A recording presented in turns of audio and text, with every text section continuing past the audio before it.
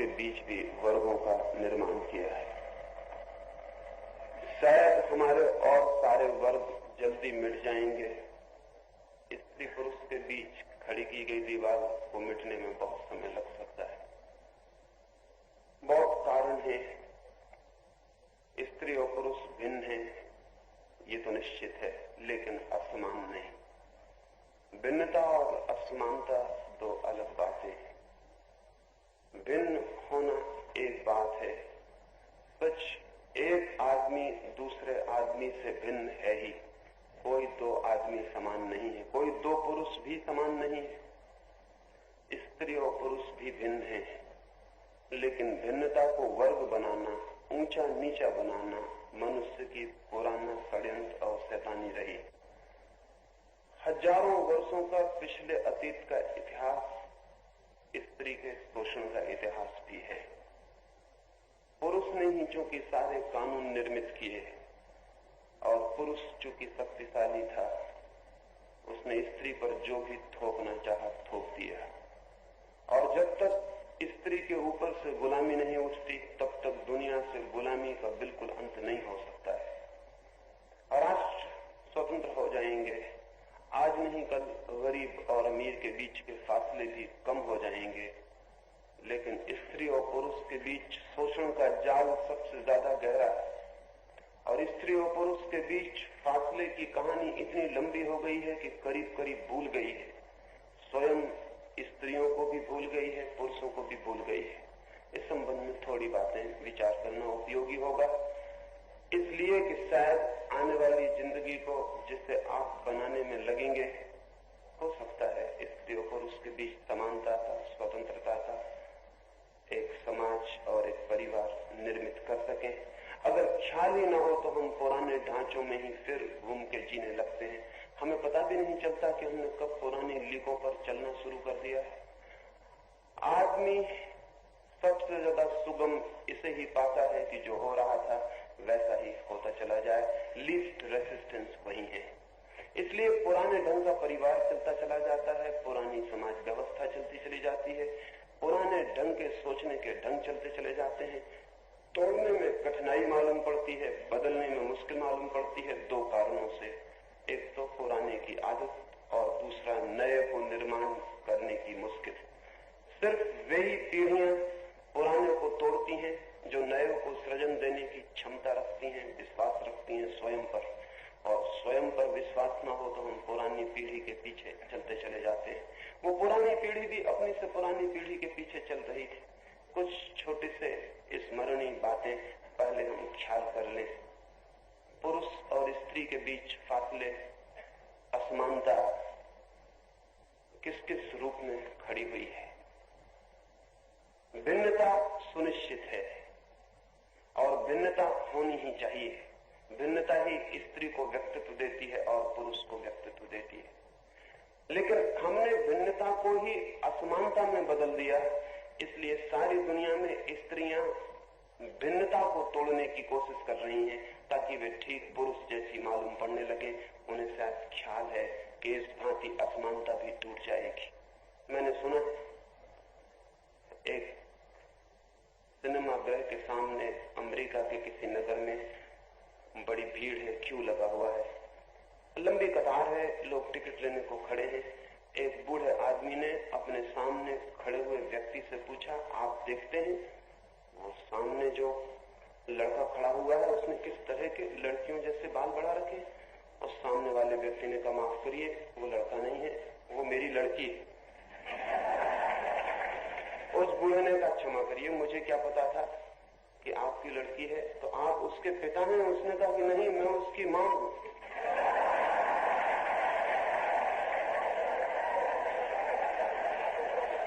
कपड़ों का फासला कम किया जा रहा है। धीरे धीरे कपड़े करीब करीब एक जैसे होते चले जा रहे हैं। हो सकता है 100 वर्ष बाद कपड़ों के आधार पर फर्क करना मुश्किल हो जाए, लेकिन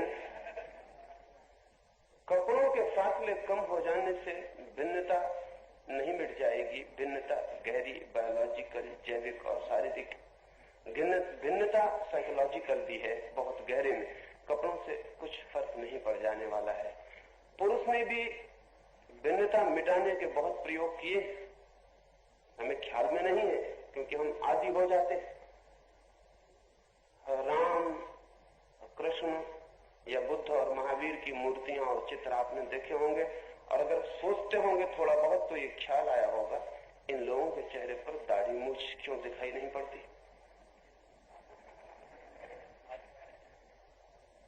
असंभव है ये बात। एक आध के साथ हो भी सकता है कि किसी एक राम, कृष्ण, बुद्ध, महावीर किसी एक को दाढ़ी मूछ न रही हो, ये संभव है। कभी 1000 में एक पुरुष को नहीं भी होती है। लेकिन 24 जैनियों के तीर्थंकर, हिंदुओं के सब अवतार, बुद्धों की सारी कल्पना, किसी को दाढ़ी मूछ नहीं है। कुछ कारण है। पुरुष को ऐसा लगा है स्त्री सुंदर है, तो स्त्री जैसे होने से जैसे पुरुष भी सुंदर हो जाएगा। फिर राम और कृष्ण को तो हमने मान लिया कि उनको दाढ़ी मूछ होती ही नहीं थी। फिर हम क्या करें? तो सारी जमीन पर पुरुष दाढ़ी मूछ को काटने की कोशिश में लगा है, स्त्री जैसा चेहरा बनाने की चेष्टा चल रही है। उससे भी कोई भेद मिट जाने वाले नहीं, उससे भी कोई भेद मिट जाने वाले नहीं है। न कपड़े बदलने से कोई फर्क पड़ने वाला है, न शक्लों पर ऊपरी फर्क कर लेने से कुछ फर्क पड़ने वाला है। भेद गहरा है, और अगर भेद मिटाने की कोशिश से हम चाहते हो कि असमानता मिटे, तो असमानता कभी भी नहीं मिटेगी। असमानता हमारी थोपी हुई है। भेद में असमानता नहीं है। दो भिन्न व्यक्ति बिल्कुल समान हो सकते हैं, समान प्रतिष्ठा दी जा सकती है।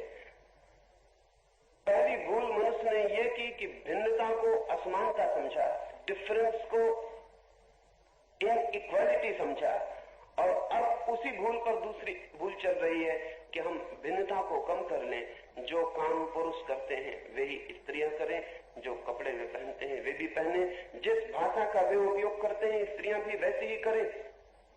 अमेरिका में जिन शब्दों का उपयोग स्त्रियों ने कभी भी नहीं किया था मनुष्य के इतिहास में, कुछ गालियां सिर्फ पुरुष ही देते हैं, वो उनका ही गौरव। अमेरिका की नई लड़कियां उन गालियों को देने के लिए भी चेष्टा में संलग्न है, उन गालियों का भी उपयोग कर रही, क्योंकि पुरुष के साथ समान खड़े हो जाने की बात है। और समानता का ख्याल ऐसा है कि हम शायद भिन्नता को किसी तरफ से लीप पोत के एक सा कर दें तो शायद समानता उपलब्ध हो जाए। नहीं, समानता उससे उपलब्ध नहीं होगी, क्योंकि असमानता का भी मूल आधार वो नहीं है। असमानता किन्हीं और कारणों से निर्मित हुई है। और जैसे हम कहानी सुनते हैं कि सत्यवान मर गया है, सावित्री उसे दूर से जाके लौटा लाई है, लेकिन कभी कोई कहानी ऐसी सुनी जिसमें पत्नी मर गई हो और पति दूर से जाके लौटा लाया? नहीं सुना है हमने। स्त्रियां लाखों वर्ष तक इस देश में पुरुषों के ऊपर बर्बाद होती रही हैं, मर के सती होती रही हैं। कभी ऐसा सुना कि कोई पुरुष भी किसी स्त्री के लिए सती हो गया हो? वो नहीं, क्योंकि सारा नियमन, सारी व्यवस्था, सारा अनुशासन पुरुष ने पैदा किया है, वो स्त्री पर थोपा हुआ है। सारी कहानियां उसने गढ़ी हैं, तो वो कहानियां गढ़ता है जिसमें पुरुष को स्त्री बचा के लौट आती। वो ऐसी कहानी नहीं करता जिसमें पुरुष स्त्री को बचा के लौटता हो। वो तो स्त्री गई कि पुरुष दूसरी स्त्री की खोज में लग जाता, उसको बचाने का सवाल नहीं। पुरुष ने अपनी सुविधा के लिए सारा इंतजाम कर लिया। असल में जिनके पास थोड़ी सी भी शक्ति हो किसी भी भांति की, वे जो थोड़ी भी निर्मल हो किसी भी भांति से, उनके ऊपर सवार हो ही जाते हैं, मालिक बन ही जाते हैं, गुलामी पैदा हो जाती है। पुरुष थोड़ा शक्तिशाली है शरीर की दृष्टि से। ऐसे ये शक्तिशाली होना किन्हीं और कारणों से पुरुष को पीछे भी डाल देता है। पुरुष के पास स्ट्रेंथ और शक्ति तो ज्यादा है, लेकिन रेसिस्टेंस उतना ज्यादा नहीं है जितना स्त्री के पास है।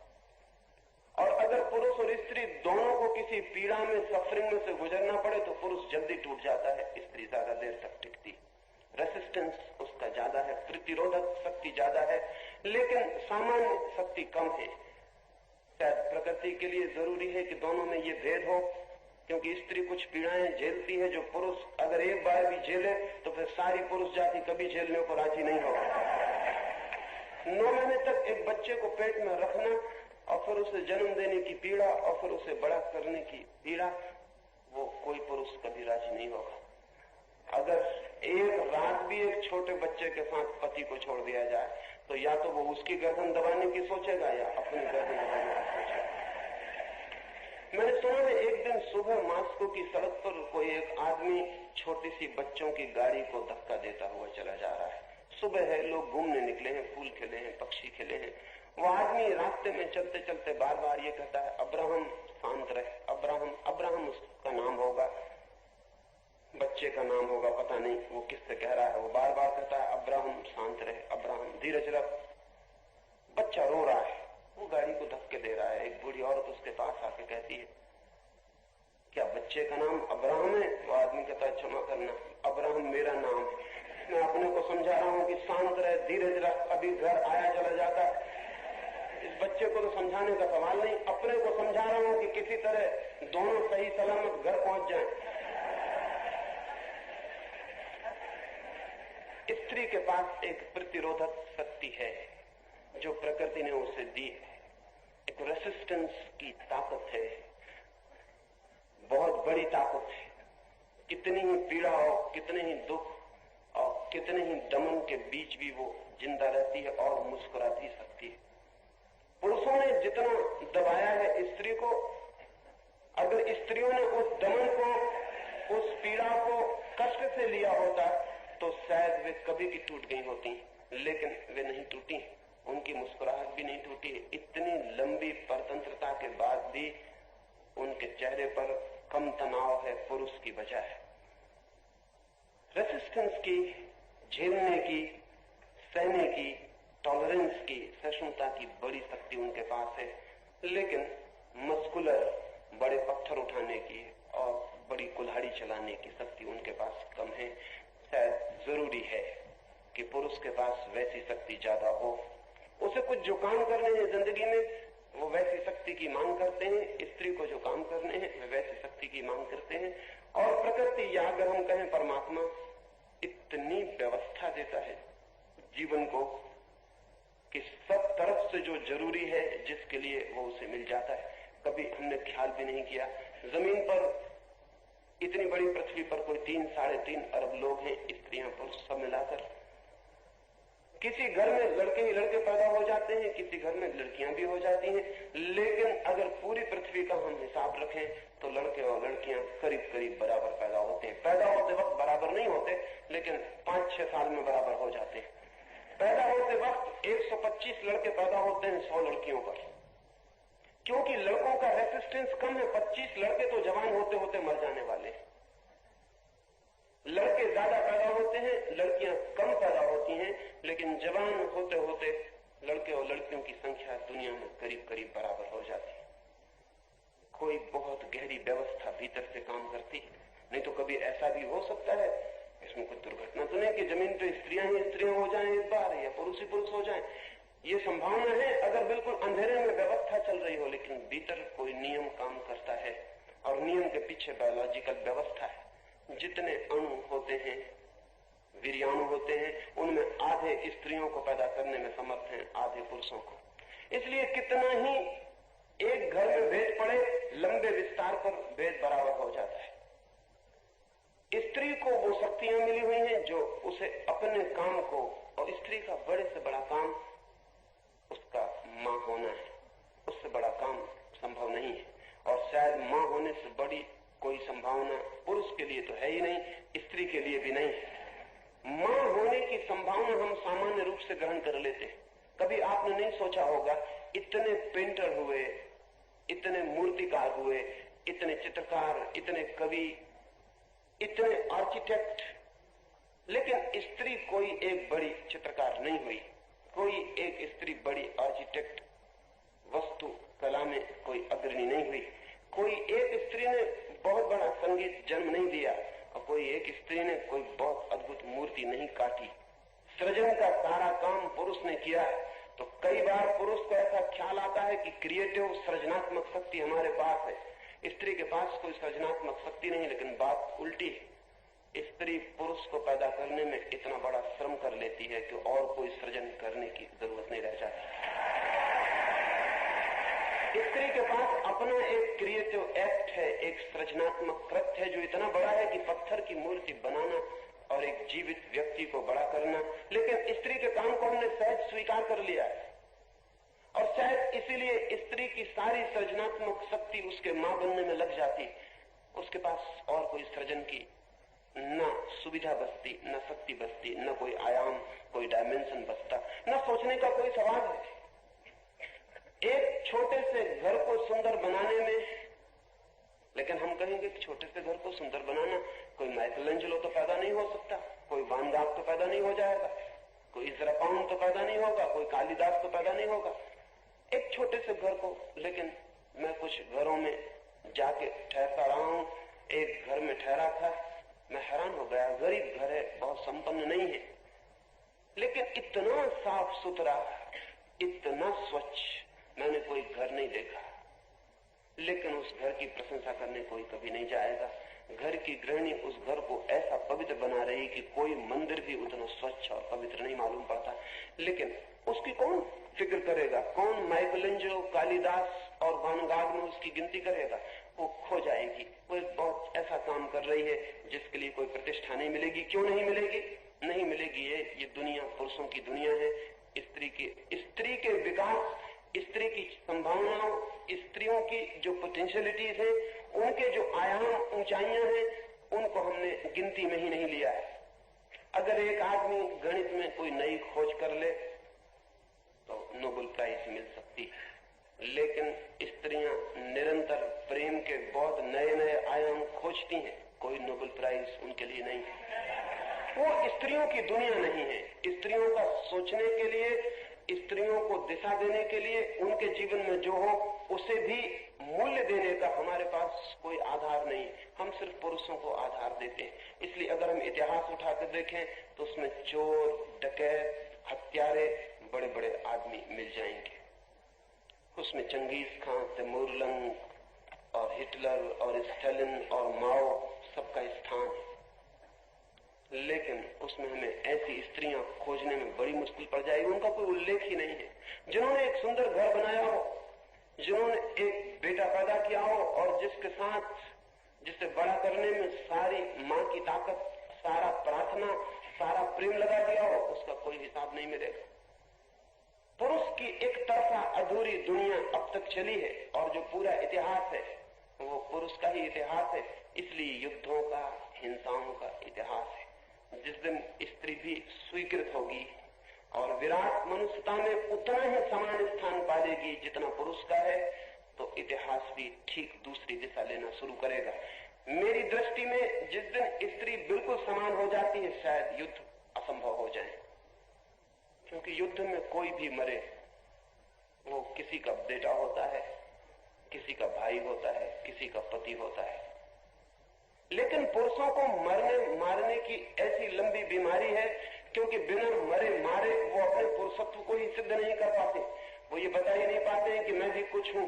तो मरने मारने का एक लंबा जाल, और फिर जो मर जाए ऐसे जाल में उसको आदर देना। और उन्होंने स्त्रियों को भी राजी कर लिया है कि जब तुम्हारे बेटे युद्ध पर जाएं तो तुम टीका करना।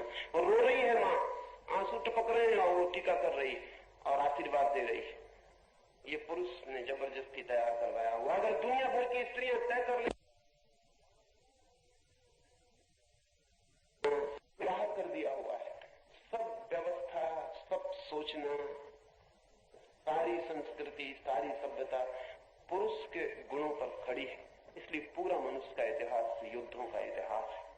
अगर हम 3000 वर्ष की कहानी उठाकर देखें तो मुश्किल मालूम पड़ती है कि आदमी कभी ऐसा रहा हो जब युद्ध न किया हो। युद्ध चल ही रहा है। आज इस कोने में आग लगी है जमीन के, कल दूसरे कोने में, परसों तीसरे कोने में आग लगी ही है। आदमी जल ही रहा है, आदमी मारा ही जा रहा है। और अब तो हम उस जगह पहुंच गए हैं जहां हमने बड़ा इंतजाम किया है। अब हम आगे आदमी को बचने नहीं देंगे।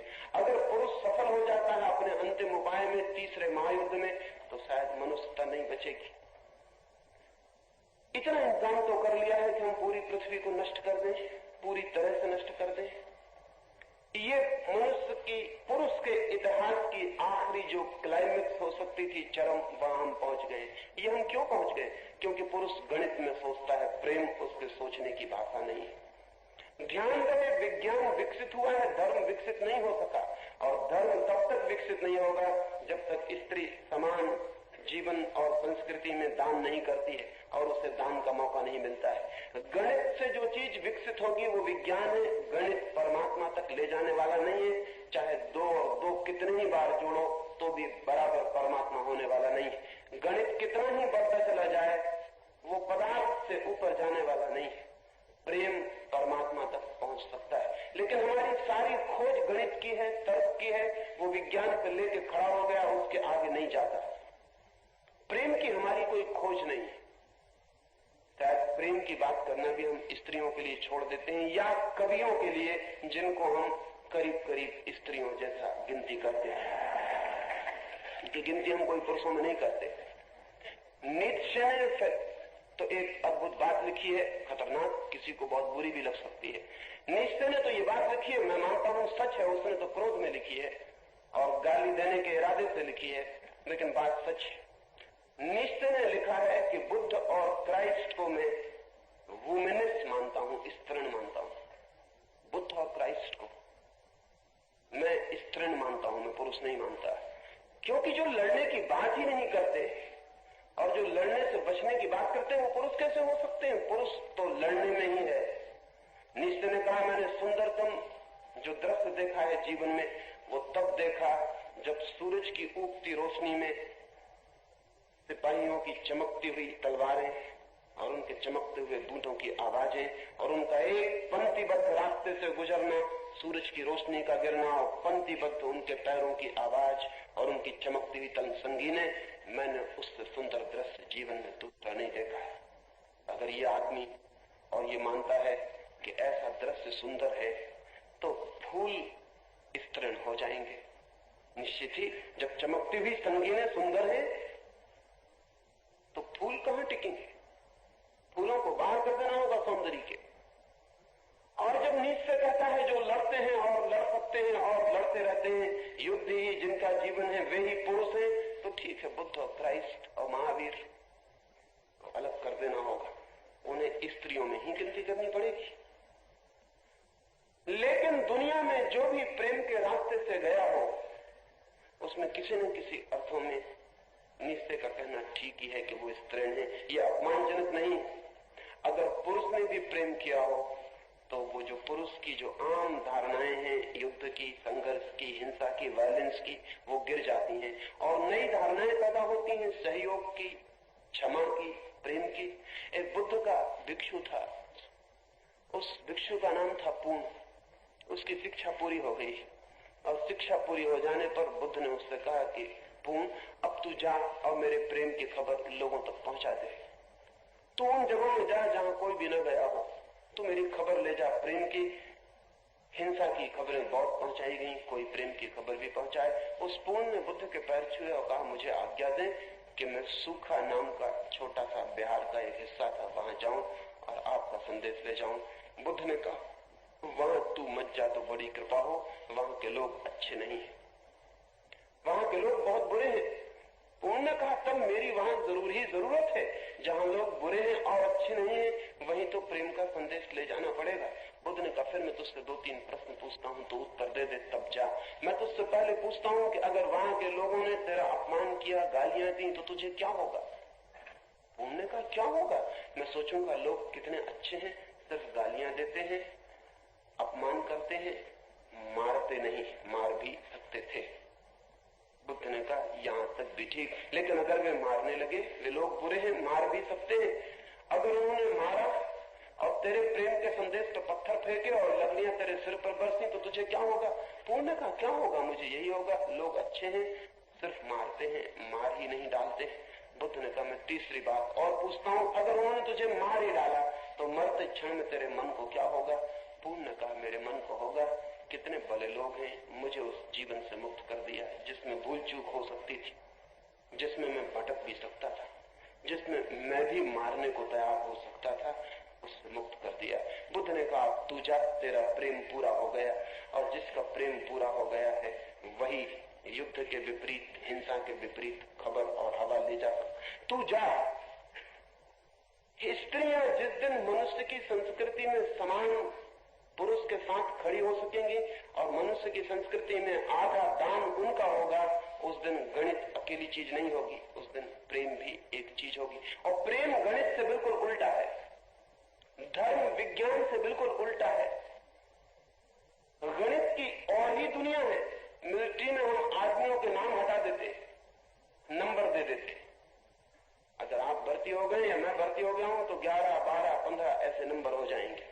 और जब एक आदमी मरेगा तो मिलिट्री के ऑफिस के बाहर नोटिस लग जाएगा 12 नंबर गिर गया। आदमी नहीं मरता मिलिट्री में, सिर्फ नंबर मरते हैं।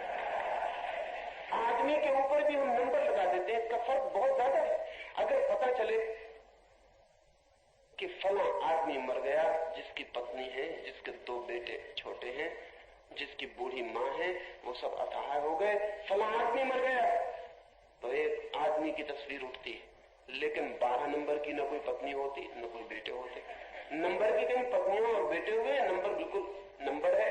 जब 12 नंबर गिरने का नोटिस पे बोर्ड पर नोटिस लगता है तो लोग पढ़ के निकल जाते हैं। गणित का एक सवाल जैसा होता है कि इतने नंबर गिर गए, इतने नंबर खत्म हो गए, दूसरे नंबर उनकी जगह खड़े हो जाएंगे। 12 नंबर दूसरे आदमी पर लग जाएगा, दूसरा आदमी 12 नंबर की जगह खड़ा हो जाएगा। गणित में रिप्लेसमेंट संभव है, जिंदगी में तो नहीं। एक आदमी मरा, उसको अब दुनिया में कोई दूसरा आदमी उसकी जगह रिप्लेस नहीं हो सकता। लेकिन गणित में कोई कठिनाई नहीं है, गणित में हो सकता है। इसलिए तो मिलिट्री में तकलीफ नहीं होती, नंबर ही गिरते हैं, नंबर ही मरते हैं। और हमने पूरी जो व्यवस्था की है, गणित से सोचने वाला आदमी जो व्यवस्था करता है वो इतनी ही कठोर, यांत्रिक, मैकेनिकल और इतनी ही जड़ होती है। मैंने सुना है कि जिस आदमी ने सबसे पहले एवरेज, औसत का नियम खोजा, जब कोई आदमी कोई नया नियम खोज लेता है तो बड़ी उत्फुल्लता से भर जाता है। हम तो जानते हैं आर्किमिडीज तो नंगा ही बाहर निकल आया अपने टपके और चिल्लाने लगा, एरेका, मिल गया और भूल गया कि मैं कपड़े पहन। इतनी खुशी से भर गया। जिस आदमी ने एवरेज का सिद्धांत खोजा वो भी इतनी खुशी से भर गया होगा। जिस दिन उसने सिद्धांत खोजा, अपनी पत्नी अपने बच्चों को लेकर वो खुशी में पिकनिक पे गया। एवरेज का मतलब है हिंदुस्तान में एवरेज आदमी की कितनी आमदनी। और मजा ये है कि एवरेज आदमी होता ही नहीं। एवरेज आदमी बिल्कुल झूठी बात है। एवरेज आदमी कहीं नहीं मिलेगा। एवरेज आदमी 1 रुपया है तो आप ऐसा आदमी नहीं खोज सकते जो एवरेज आदमी हो। 15 आने वाला मिलेगा, 17 आने वाला मिलेगा, लाख वाला मिलेगा, 15.25 आने वाला मिलेगा, पैसे वाला मिलेगा, भूखा मिलेगा। ठीक एवरेज आदमी पूरे हिंदुस्तान में खोजने से नहीं मिलेगा, क्योंकि एवरेज गणित से निकली हुई बात है, आदमी की जिंदगी से नहीं। हम यहाँ इतने लोग बैठे, हम सबकी एवरेज उम्र निकाली जा सकती, सबकी उम्र जोड़ दी और सब आदमियों की गणना का भाग दे दिया।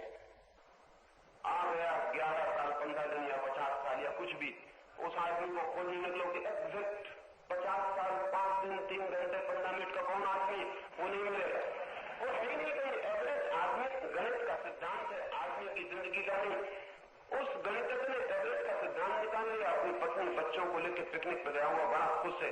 एक छोटा सा नाला पड़ा, उसकी पत्नी ने कहा नाले को जरा ठीक से देख लो, छोटे बच्चे 5-7 बच्चे, कोई डूब डाल न जाए उसमें। कट्ठा मैं बच्चों की एवरेज ऊंचाई नाप लेता हूँ और नाले की एवरेज गहराई। अगर एवरेज गहराई से एवरेज बच्चा ऊंचा है फिर बेफिक्र होकर पार हो सकते। उसने जाके अपना फुट निकाला, फुट साथ रखा हुआ था, नाप कर लिया, बच्चे नाप लिए, एवरेज बच्चा एवरेज गहराई से ऊंचा था। कोई बच्चा बिल्कुल छोटा था, कोई बच्चा बड़ा भी था, और कहीं नाला बिल्कुल उथला था और कहीं गहरा भी था। लेकिन वो एवरेज में नहीं आती बातें, गणित में नहीं आती। उसने कहा बेफिक्र रहे, मैंने बिल्कुल हिसाब ठीक कर लिया, रेत पे हिसाब लगा लिया। आगे गणितज्ञ हो गया, बीच में उसके बच्चे हैं, पीछे उसकी पत्नी थोड़ी डरी हुई है। स्त्रियों का गणित पर कभी भरोसा नहीं रहा है, थोड़ा भय उसे कि कुछ गड़बड़ हुई जा रही, क्योंकि नाले में कई जगह हरापन दिखाई पड़ रहा है, नाला कई जगह गहरा मालूम पड़ता है। उसने देखा है कि उसके पति का फुट कहीं बिल्कुल डूब गया था और एक छोटा बच्चा भी है। वो सचेत है लेकिन पति अकड़ के आगे चला जा रहा है। एक बच्चा डूबने लगा, उसकी पत्नी ने चिल्ला के कहा कि देखिए बच्चा डूब रहा है। आप समझते हैं उस आदमी ने क्या किया, पुरुष ने क्या किया? उसने कहा ये हो ही नहीं सकता, क्योंकि गणित गलत कैसे हो सकता है। बच्चे को बचाने की बजाय वो भाग के नदी के उस तरफ गया जहां उसने रेत पे गणित किया था। पहले उसने गणित देखा, ये गणित गलत तो नहीं है। उसने वहीं चिल्लाया कि ये हो नहीं सकता, गणित बिल्कुल ठीक है। गणित की एक दिशा है जहां जड़ नियम होते हैं, चीजें तौली नापी जा सकती हैं। अब तक पुरुष ने जो संस्कृति बनाई है वो गणित की संस्कृति है, वहां नाप जो तौल सब है। स्त्री का कोई हाथ इस संस्कृति में नहीं है, क्योंकि उसे समानता का कोई हक नहीं है। उसे हमने कभी पुकारा नहीं कि तुम आओ और तुम एक बिल्कुल दूसरे आयाम से, प्रेम के आयाम से भी दान करो कि समाज कैसा हो। स्त्री अगर सोचेगी तो और भाषा में सोचती है, असल में उसका सोचना भी हमसे बहुत भिन्न है। उसे हम सोचना भी नहीं कह सकते, भावना कह सकते हैं। पुरुष सोचता है, स्त्री भावना करती है। सोचना नहीं कह सकते, क्योंकि सोचना गणित की दुनिया का ही हिसाब है, और इसलिए पुरुष हमेशा हिसाब लगाता है, स्त्री हिसाब के आसपास चलती, ठीक हिसाब नहीं लगा पाती। ठीक हिसाब नहीं है उसके पास। लेकिन जिंदगी अकेला गणित नहीं है। जिंदगी बहुत बड़े अर्थों में प्रेम है, जहां कोई हिसाब नहीं होता, जहां कोई गणित नहीं होता। जिंदगी बहुत बेबूझ है, और इस जिंदगी को अगर हमने सिर्फ गणित की सीधी साफ रेखाओं पर निर्मित किया तो हम सीधी साफ रेखाएं बना लेंगे, लेकिन आदमी पुछता चला जाएगा, मिटता चला जाएगा। और ये हो रहा है, रोज ये हो रहा है कि आदमी की जड़ें नीचे से कट रही हैं, क्योंकि हम जो इंतजाम कर रहे हैं वो ऐसा इंतजाम है जिसके ढांचे में जिंदगी नहीं पल सकती। जैसे कि अगर समझ लें कि मुझे एक फूल बहुत प्यारा लगे तो मैं एक तिजोरी मुंह से बंद कर लूं। गणित यही कहेगा, तिजोरी में बंद कर लो, ताला लगा दो जोर से। मुझे सूरज की रोशनी बहुत अच्छी लगे, एक पेटी में बंद कर लूं, अपने घर रखूं बांधकर। लेकिन जिंदगी पेटियों में बंद नहीं होती, न गणित की पेटियों में, न साइंस की पेटियों में, कहीं बंद नहीं होती। जिंदगी बाहर छूट जाती, एकदम छूट जाती। मुट्ठी बांधी, अगर यहां हवा है और मैं मुट्ठी जोर से बांधूं और सोचूं कि हवा को हाथ के भीतर बंद कर लूंगा, मुट्ठी जितने जोर से बंधेगी हवा उतने हाथ के बाहर हो जाएगी। जिंदगी बंधना मानती नहीं, जिंदगी एक तरलता और एक बहाव है। लेकिन हमारी पुरुष की चिंतना की सारी जो कैटेगरीज है, पुरुष के सोचने का जो ढंग है, वो सब चीजों को बांधता है, व्यवस्थित बांध लेता है, हिसाब में बांध लेता है। अगर उससे पूछो कि माँ का क्या मतलब है, अगर ठीक पुरुष से पूछो कि माँ का क्या मतलब है, तो वो कहेगा बच्चे पैदा करने की एक मशीन, और क्या हो सकता है।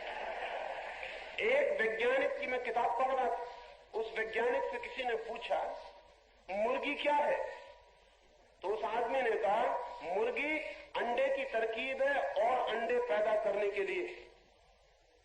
अंडे की तरकीब और अंडे पैदा करने के लिए। मुर्गी क्या है? अंडे की तरकीब और अंडे पैदा करने के लिए। और क्या हो सकता है? गणित ऐसे सोचेगा ही। गणित इससे भिन्न सोच भी नहीं सकता, विज्ञान इससे भिन्न सोच भी नहीं सकता। विज्ञान आत्मा की गणना नहीं करता, जीवन की गणना नहीं करता, चीजों को काट लेता है, काट के खोज कर लेता है, विश्लेषण कर लेता है, और विश्लेषण में जो जीवन था वो एकदम खो जाता है। पुरुष ने जो दुनिया बनाई है वो पुरुष अधूरा है, अधूरी दुनिया बन गई है।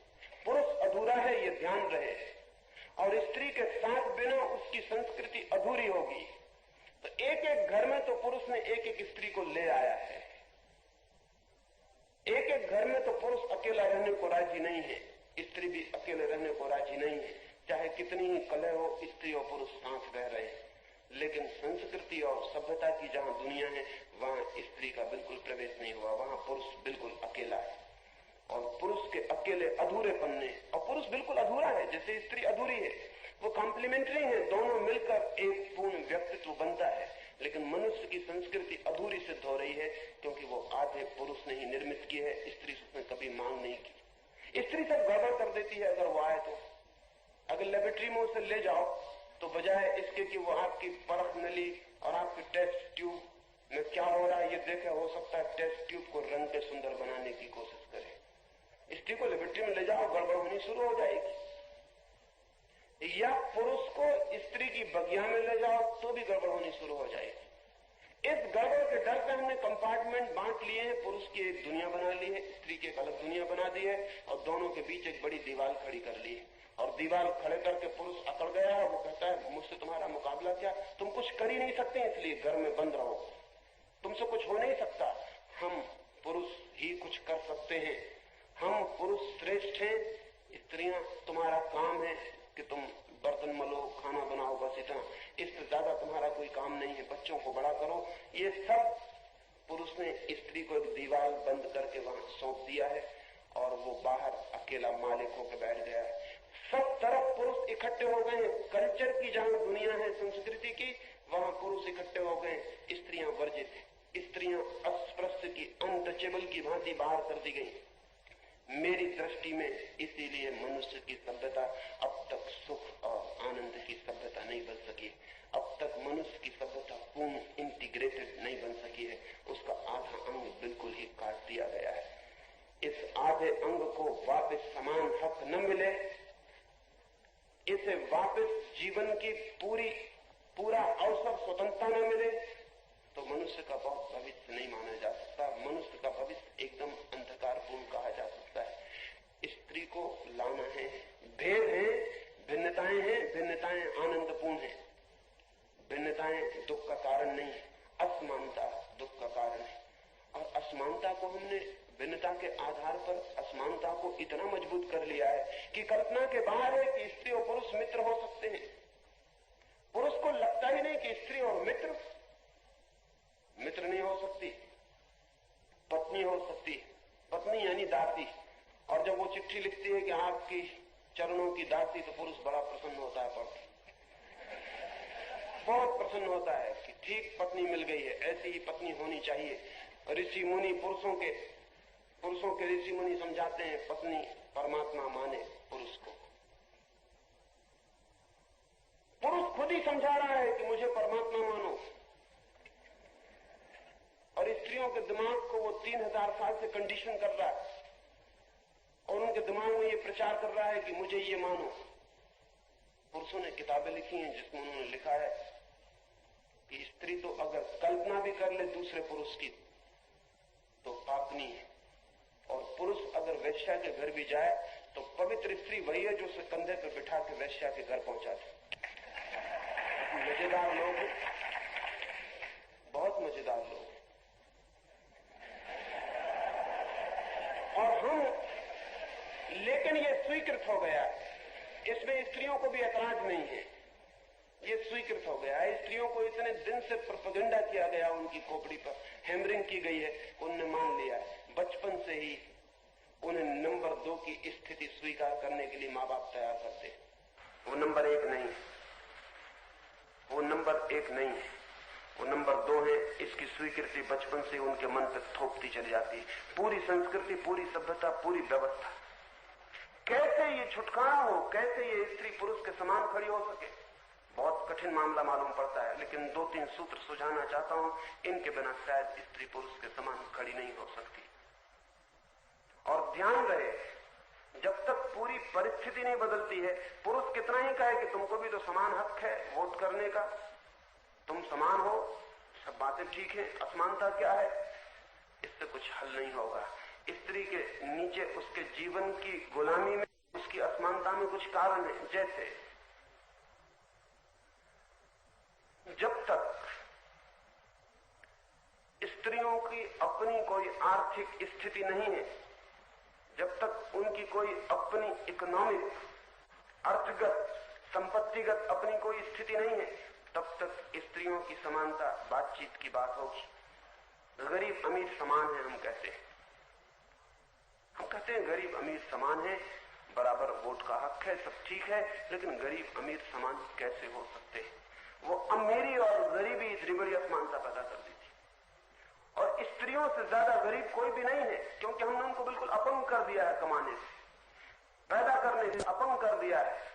वो कुछ पैदा नहीं करती, न वो कुछ कमाती, न वो जिंदगी में आके बाहर कुछ काम करती, घर के भीतर बंद कर दिया। उनकी गुलामी का मूल सूत्र ये है, वो जब तक आर्थिक रूप से बंधी हैं, तब तक वे समान हक में हो भी नहीं सकती। और बुरा है, ये एकदम बुरा है, क्योंकि स्त्रियां सब तरफ फैल जाएं सब कामों में, तो पुरुष के सब तरफ कामों में जो पुरुषपन आ गया है वो सब शिथिल हो जाए। फर्क हम जानते हैं, फर्क बहुत स्पष्ट है। स्त्री के प्रवेश से ही एक और हवा हर दफ्तर में प्रविष्ट हो सकती है, हो ही जाती। एक क्लास जहां लड़के ही लड़के पढ़ रहे हैं और पुरुष ही पढ़ा रहा है, एक और तरह की क्लास है जहां 4 लड़कियां भी आके बैठ गई हैं। क्लास की हवा में फर्क पड़ गया है, बुनियादी फर्क पड़ गया है। ज्यादा कोमल, ज्यादा सुगंध से भरी वो हवा हो गई है। कम पुरुष, कम कठोर, चीजें शिथिल हो गई हैं और चीजें ज्यादा शिष्ट हो गई हैं। स्त्री को जीवन के सब पहलुओं पर फैला देने की जरूरत है। ऐसा कोई काम नहीं है जो कि स्त्रियां न कर सकती हों। रूस में स्त्रियों ने सब काम करके बता दिया है, हवाई जहाज के पायलट होने से छोटे मोटे काम तक। एक स्त्री ने अंतरिक्ष में उड़ के भी बताया है। वो इस बात की खबर है कि स्त्रियां करीब करीब सब काम कर सकती हैं। कुछ काम होंगे जो एकदम मस्कुलर हैं, कुछ काम होंगे अब तो नहीं रह गए, क्योंकि मसल का काम सब मशीन करने लगी है। पुराना जमाना गया, कोई शेर मेर से लड़ने जाना नहीं पड़ता, और गामा वगैरह बनना सब अब बेवकूफी हो गई है, कोई समझ की बातें नहीं। अब तो मसल का काम मशीन ने कर दिया है, इसलिए स्त्री को समान होने का पूरा मौका मिल गया है। मशीन बड़े से बड़ा काम कर देती है, बड़े से बड़ा पत्थर उठा देती है, बड़े से बड़ी गाड़ी को खींच देती है, बड़े से बड़े वजन को धक्का देती है। अब पुरुष को भी धक्काना नहीं पड़ता, अब कोई जरूरत नहीं। अब स्त्री प्रत्येक काम में पुरुष के साथ खड़ी हो सकती है। और जैसे ही स्त्री जीवन के सब पहलुओं में प्रविष्ट कर जाएगी, सभी पहलुओं के वातावरण में बुनियादी फर्क पड़ेगा। और कुछ काम तो ऐसे हैं, अब ये हैरानी की बात है, ऐसा शायद ही कोई काम अब बचा है पुरुष के पास जो स्त्री नहीं कर सकती, लेकिन कुछ काम ऐसे हैं जो स्त्रियां ही कर सकती हैं और पुरुष नहीं कर सकते। और उन कामों को भी पुरुष पकड़े हुए हैं, जैसे शिक्षक का काम है। शिक्षक का काम से पुरुष को हट जाना चाहिए। पुरुष शिक्षक हो ही नहीं सकता, उसका डिक्टेटोरियल माइंड इतना ज्यादा है कि वो शिक्षक नहीं हो सकता। वो थोपने की कोशिश करता है, वो जो भी मानता है उसे थोपने की कोशिश करता है। उसका आग्रह जो मैं कहता हूं वो ठीक है। वो यील्डिंग नहीं है, वो झुक नहीं सकता, वो विनम्र नहीं हो सकता, ह्यूमिलिटी नहीं है, हम्बलनेस नहीं है।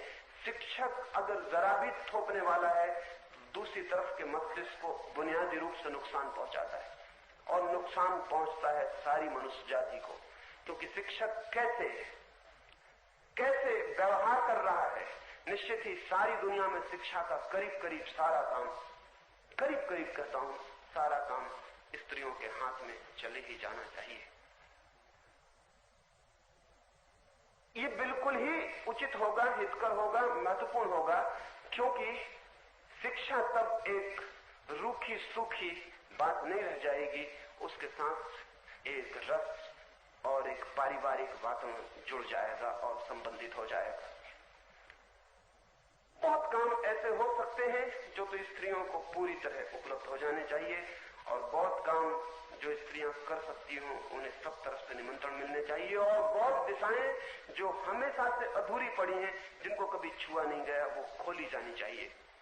वो उन दिशाओं के दरवाजे तोड़े जाने चाहिए, ताकि एक और तरह की चिंतना, स्त्री की चिंतना, स्त्री की भावना बिल्कुल और तरह की है। उसमें कुछ डायमेट्रिकली अपोजिट, कुछ बुनियादी रूप से उल्टे तत्व हैं।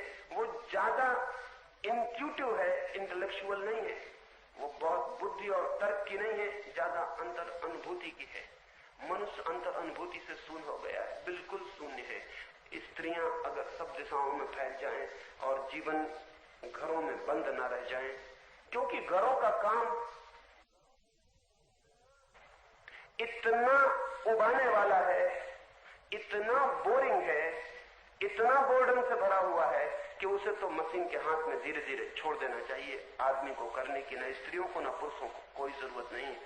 रोज सुबह वही काम, रोज दोपहर वही काम, रोज सांझ वही काम। एक स्त्री 40-50 वर्ष तक एक मशीन की तरह सुबह से शाम यंत्र की तरह घूमती रहती है और वही काम करती रहती है। और इसका परिणाम क्या होता है? इसका परिणाम है कि मनुष्य के पूरे जीवन में विष खुल जाता है। एक स्त्री जब 24 घंटे ऊप वाला काम करती है, रोज बर्तन मलती है, वही बर्तन, वही मलना, वही रोटी, वही खाना, वही उठाना, वही कपड़े धोना, वही बिस्तर लगाना, रोज एक चक्कर में सारा काम चलता है। थोड़े दिन में वही सबसे ऊब जाती है, लेकिन करना पड़ता है। और जिस काम से कोई ऊब गया हो और करना पड़े तो उसका बदला वो किसी न किसी से लेगी। इसलिए स्त्रियां हर पुरुष से हर तरह का बदला ले रही हैं, हर तरह का बदला। पुरुष घर आया कि स्त्री तैयार है टूटने के लिए। इसलिए पुरुष घर के बाहर बाहर घूमते फिरते हैं, क्लब बनाते हैं, सिनेमा जाते हैं, 25 उपाय खोजते हैं, घर से बचने की सारी कोशिश करते। जब नहीं बच सकते तब घर पहुंचते। मैं शिक्षक था तो जिस यूनिवर्सिटी में शिक्षक था मैं हैरान हुआ। यूनिवर्सिटी तो क्लासेस मुश्किल से 1 बजे शुरू होती थी, लेकिन प्रोफेसर में देखता 11 बजे ही आके कॉमन रूम में बैठ गए। यूनिवर्सिटी क्लासेस 4 बजे खत्म हो जाती, मैं देखता कि 5, साढ़े 5 बजे तक भी वहीं जमे हुए। मैंने उनसे पूछा बात क्या है, इतनी जल्दी क्यों आ जाते हो, इतनी देर से क्यों लौटते हो? उन्होंने कहा जितनी देर घर के बाहर रह जाए उतनी ही शांति समझनी चाहिए। घर पहुंचे की तैयारी है। और इन सबको, सारे पुरुषों को यह ख्याल आता है कि स्त्रियों में कुछ गड़बड़ है, इससे ये कष्ट